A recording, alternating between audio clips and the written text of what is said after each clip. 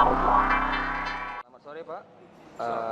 Oke Pak, untuk pemilu pada tahun ini bagaimana Pak perolehan suara Bapak pribadi dan suara Golkar khususnya Pak? Ya, selamat sore juga. Jadi terima kasih. Memang pemilu serempak yang kita laksanakan pada 17 April yang lalu ini penuh dengan dinamika dan kejutan-kejutan. Ya, menurut Bapak kan gitu ya.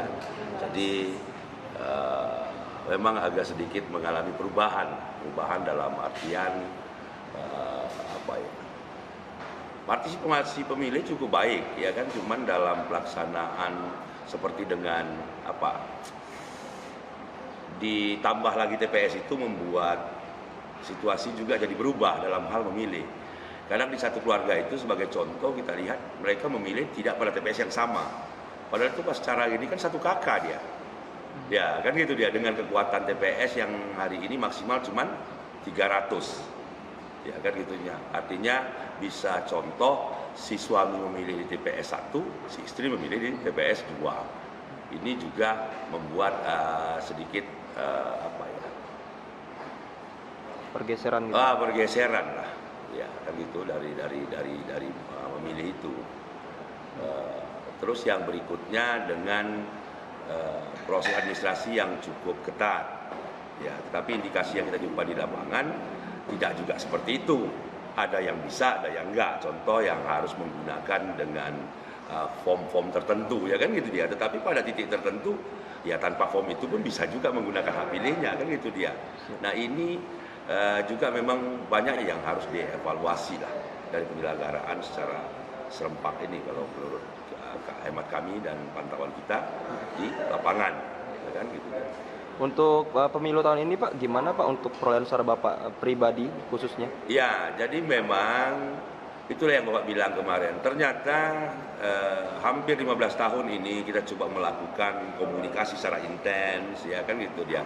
Bersilaturahmi secara intens, memberikan edukasi juga kepada masyarakat, baik dalam bentuk program, dalam bentuk binaan, ya, dalam bentuk bantuan. Ternyata pada ending proses ini itu semua sepertinya seperti abu tersapu angin, ya kan gitu dia.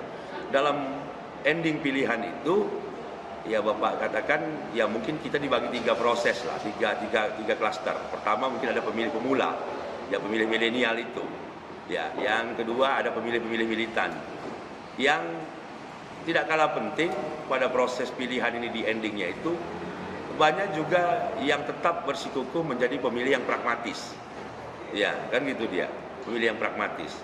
Artinya program silaturahmi, bantuan, edukasi yang hampir 15 tahun coba kami lakukan ini di beberapa titik yang kita jadikan sampel itu ternyata ngaruhnya nggak ngefek juga.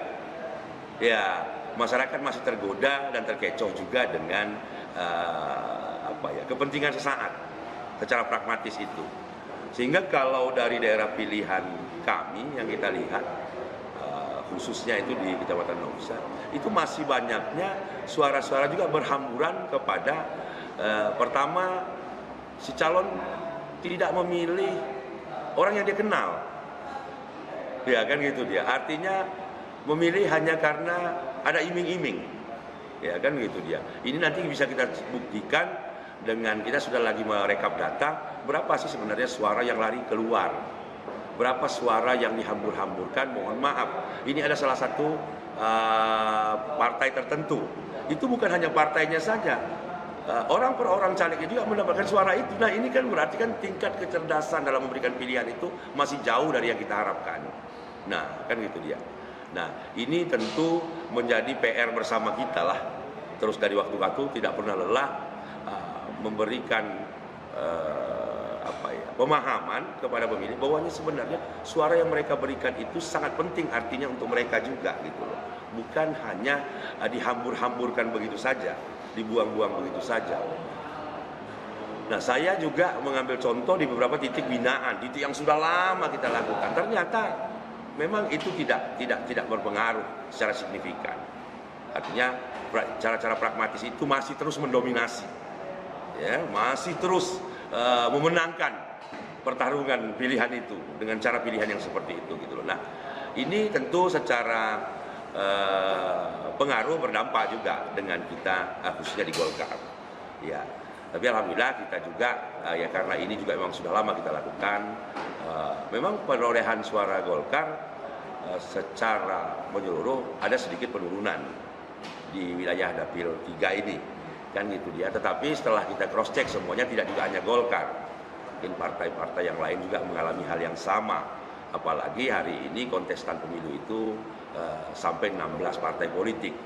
Nah, ini terjadi penyebaran di mana-mana, kan gitu dia, kan gitu dia.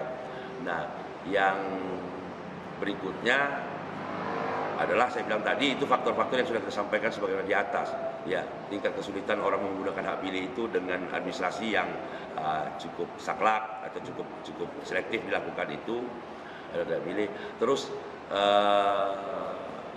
apa ya? Keterbatasan juga ada beberapa tempat yang kita temui itu orang masih mau memilih tetapi sudah kehabisan surat suara. Ya kan gitu. Ya, yang tidak muncul namanya di DPT, dia betul beralamat di sana dengan menunjukkan KTP, dia nggak bisa milih karena kuota suara dan penambahan yang 2% itu sudah habis digunakan. Nah, ini akhirnya dia tidak bisa menggunakan hak pilihnya. Ya kan begitu dia. Nah, untuk perolehan suara pribadi ya kita masih tembus di angka 5 ribuan juga, kan begitu di angka 5 ribuan. Namun ini tentu jauh dari target yang kita yang kita proyeksikan, ya kan, ya. Tapi kita lihat juga dengan kondisi memang tadi terpecah-pecahnya itu, ya kan gitu, berserakan. Nah, tapi yang kita harapkan tentu walaupun dalam serba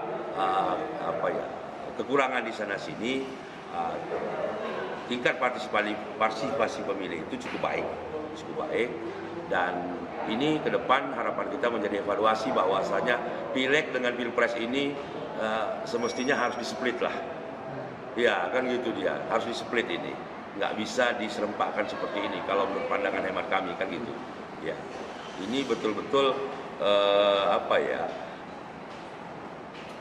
aura pilihan legislatif ini tergerus oleh pilpres.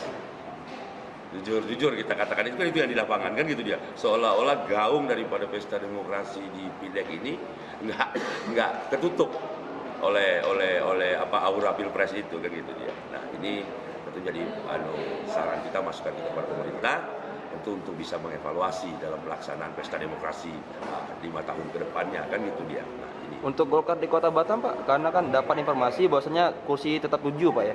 Berarti yang tahun lalu apakah ini bertambah atau berkurang? Ya, jadi kan memang beberapa proyeksi dan target yang sudah kita estimasikan dengan tadi situasi yang berkembang hari ini, kita masih realistis melihat, ya insya Allah semoga Golkar paling tidak bertahan lah dengan kursi yang ada, ya kan gitu, dengan kursi yang ada terjaga. Kami juga menyadari sepenuhnya bahwasanya dengan kondisi hari ini bahwa target yang kita proyeksikan itu sedikit bergeser, namun ya syukur alhamdulillah sekiranya kami masih bisa mempertahankan 7 kursi yang ada. Nah, ini mungkin yang paling kita harus kawal, jadi perhatian, sehingga pada hari ini kan masih proses pentahapan tuh, masih pleno PPK di kecamatan masing-masing. Ya, kita instruksikan kepada seluruh jajaran pengurus di tingkatannya, kecamatan bersama tim dari DPD untuk terus monitoring dan melakukan pengawalan yang ketat. Jadi hari ini Golkar ingin agar proses perhitungan itu memang sesuai dengan hasil yang diperoleh dari perhitungan suara yang ada di TPS. Ya kan gitu dia. Kita akan kawal itu jangan sampai ada satupun suara yang bisa bergeser lah. Ya, bergeser, kan gitu dia. Karena ketidakcermatan, ya kita maklumi lah. Karena ini betul-betul menguras energi, menguras tenaga pikiran sebagai kelelahan dan sebagainya bertugas, ya kan gitu, dengan penghitungan ini. Dan ini sudah ada dampak-dampaknya, kan itu dia. Mohon maaf dari berita yang kita baca, informasi yang kita terima, beberapa juga teman-teman pejuang pemilu ini ada yang sakit, bahkan sampai meninggal dunia karena keletihan ini, kan gitu dia. Nah, ini tentu juga kita menghimbau kepada KPU agar memberikan perhatian penuh terhadap pahlawan-pahlawan pemilu itu, ya kan gitu, yang sudah berkorban jiwa dan raga demi melaksanakan sebuah pesta demokrasi yang bermartabat lah di negeri ini.